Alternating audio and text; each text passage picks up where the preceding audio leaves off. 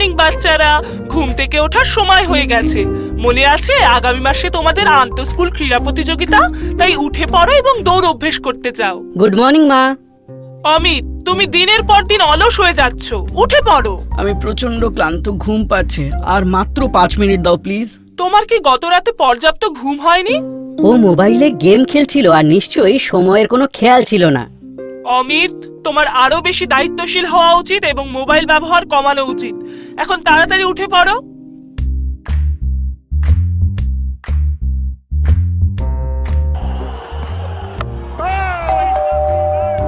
অমিত, দরজাটা খোলো। অমিত, তুমি সাড়া দিচ্ছ না কেন? আর তুমি টিভির পর্দার এত কাছে কেন বসে রয়েছো? আমি তোমাকে আগেও বলেছি এটি তোমার চোখের জন্য খারাপ। ঠিক আছে মা। তাড়াতাড়ি তৈরি হয়ে নাও, এখনই তোমার স্কুল ভ্যান চলে আসবে। আবার মেথির পরোটা? মা ছোলে ভাটুরের মতো কিছু বানাতে পারে না নাকি? সুপ্রভাত ছাত্রছাত্রীরা, আজকের পড়া শুরু করার আগে গতকাল যা শিখেছি সেই বিষয়ে আলোচনা করা যাক। ঈশা, তুমি কি আমাদের গড় হিসেব করার ফর্মুলাটা বলতে পারো? ম্যাম, আমি জানি না। অমিত, ব্ল্যাকবোর্ডে লেখা প্রশ্নটির উত্তর দাও। ম্যাম, আমার মাথা ব্যথা করছে আর আমি স্পষ্টভাবে ব্ল্যাকবোর্ড দেখতেও পারছি না। মাথা ব্যথা? তুমি সকালের খাবার খেয়েছো? না ম্যাম, আমার স্কুলের জন্য দেরি হয়ে যাচ্ছিল আর আমার কাছে সকালের খাবার খাওয়ার সময়ও ছিল না। এটা ঠিক নয়। তোমার বয়সের বাচ্চাদের প্রতিদিন ব্রেকফাস্ট করা উচিত। আগামীকাল সকালে বাবা মায়ের সঙ্গে স্কুলের স্বাস্থ্য কেন্দ্রে যাবে। আমি ডক্টর রবিকে চেক আপ করতে বলবো। Okay ma'am, thank you. Good morning. কেমন আছো অমিত? Good morning doctor. আমার কয়েকদিন থেকে মাথা ব্যথা করছে, আমি আলস্য অনুভব করি আর খুব সহজেই ক্লান্ত হয়ে যাই। গতকাল আমাকে আমার অঙ্কের শিক্ষিকা জিজ্ঞাসা করেন, মাথা ব্যথা? তুমি সকালের খাবার খেয়েছো? না ম্যাম, আমার স্কুলের জন্য দেরি হয়ে যাচ্ছিল আর আমার কাছে সকালের খাবার খাওয়ার সময়ও ছিল না। এটা ঠিক নয়। আমাকে তোমার দৈনন্দিন রুটিনের ব্যাপারে বলো। ডাক্তারবাবু, অমিত ফল ও সবজি খেতে চায় না এবং অনেকটা সময় ওর ফোনে গেম খেলে কাটায়। আমি বুঝতে পারছি। অমিত, কৈশোরকাল শারীরিক এবং মানসিক বিকাশের জন্য সবচেয়ে গুরুত্বপূর্ণ পর্যায়।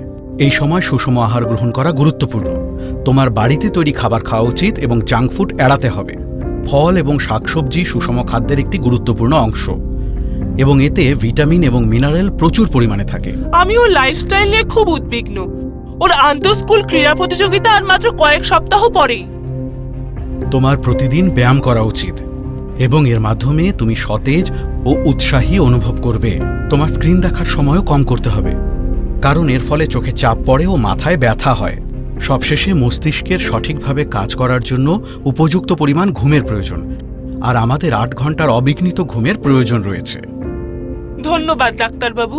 ডাক্তারবাবু, আমি যথাসম্ভব চেষ্টা করব আমার জীবনে ইতিবাচক পরিবর্তন নিয়ে আসার আর প্রতিযোগিতার জন্য কঠোর পরিশ্রম করব। দারুণ, এটাই তো হওয়া উচিত। আমি তোমার পিটি শিক্ষককে জানিয়ে দেব। Good morning sir. Good morning Amit. Doctor Ravi আমাকে তোমার ব্যাপারে বলেছেন। আগামীকাল সকালে তাড়াতাড়ি স্কুলে চলে এসো, আমরা শরীর চর্চা করব। হ্যাঁ স্যার।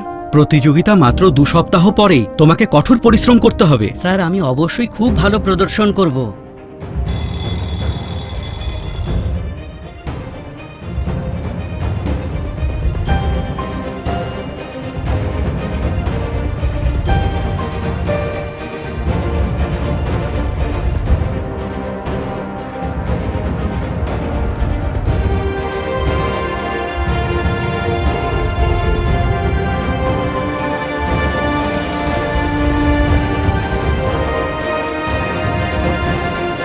আর দ্বিতীয় পুরস্কারের বিজেতা অমিত।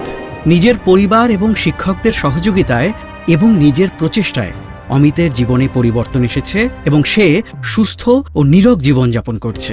তোমার কঠোর পরিশ্রম ও অভ্যাসের ফল পেয়েছ। ধারাবাহিক প্রচেষ্টা আর নিয়মানুবর্তিতা ও ভালো জীবনশৈলীর মাধ্যমে তুমি অবশ্যই একদিন সফল হবে। কৈশোরকালে স্বাস্থ্যের যত্ন এবং তরুণদের স্বাস্থ্য সংক্রান্ত ঝুঁকি থেকে দূরে থাকার জন্য পদক্ষেপ গ্রহণ যৌবনে স্বাস্থ্য সমস্যা প্রতিরোধের জন্য গুরুত্বপূর্ণ। নিয়মিত শারীরিক ক্রিয়াকলাপ, সীমিত চিনি, লবণ এবং চর্বিযুক্ত খাবার এবং তামাক ও অ্যালকোহলের সেবন না করা কার্ডিওভাস্কুলার ডিজিজ, ক্যান্সার, দীর্ঘস্থায়ী শ্বাসযন্ত্রের রোগ এবং ডায়াবেটিসের মতো অসংক্রামক রোগের সূত্রপাত প্রতিরোধ এবং বিলম্বিত করতে সাহায্য করে। অবশ্যই ল্যাপটপ, টেলিভিশন এবং মোবাইল ফোনের ব্যবহার দিনে 2 ঘন্টার মধ্যে সীমিত রাখতে হবে। যোগব্যায়াম ও ধ্যান একজনের সামগ্রিক সুস্থতার জন্য মন এবং শরীরের নিয়ন্ত্রণ উন্নত করে এবং স্বাস্থ্য ভালো করে। অস্বাস্থ্যকর আচরণ সংশোধন করতে প্রয়োজনে বন্ধুবান্ধব, পিতামাতা, শিক্ষক এবং বিশ্বস্ত প্রাপ্তবয়স্কদের সাহায্য নিন।